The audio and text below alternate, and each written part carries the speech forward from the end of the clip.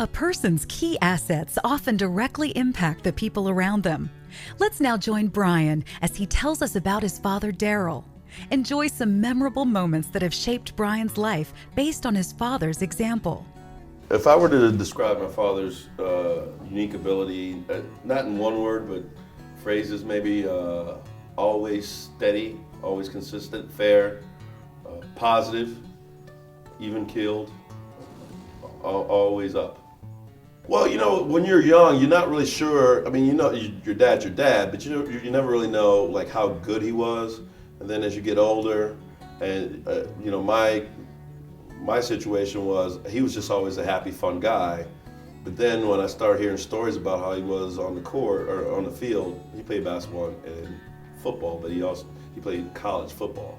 And the stories he used to tell about how hard he used to hit, and he was notorious for that.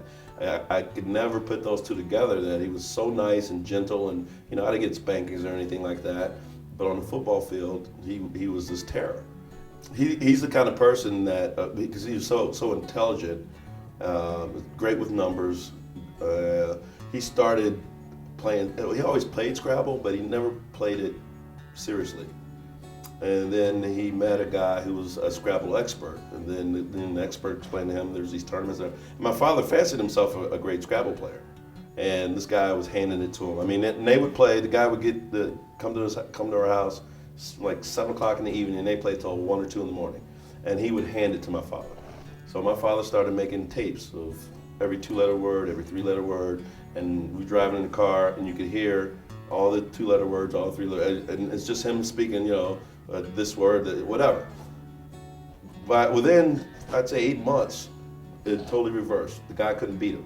So that's intellectual competitiveness. I'd known about the sports, but those tapes was like, wow, he's not gonna let this guy beat him. You know, and when he started beating the guy, you could see the guy didn't want to play anymore. So not only did he beat him, but he beat his spirit. And you know, with the reverse, my father could have been like, oh, I'll never beat this guy. But he's like, nah, he went.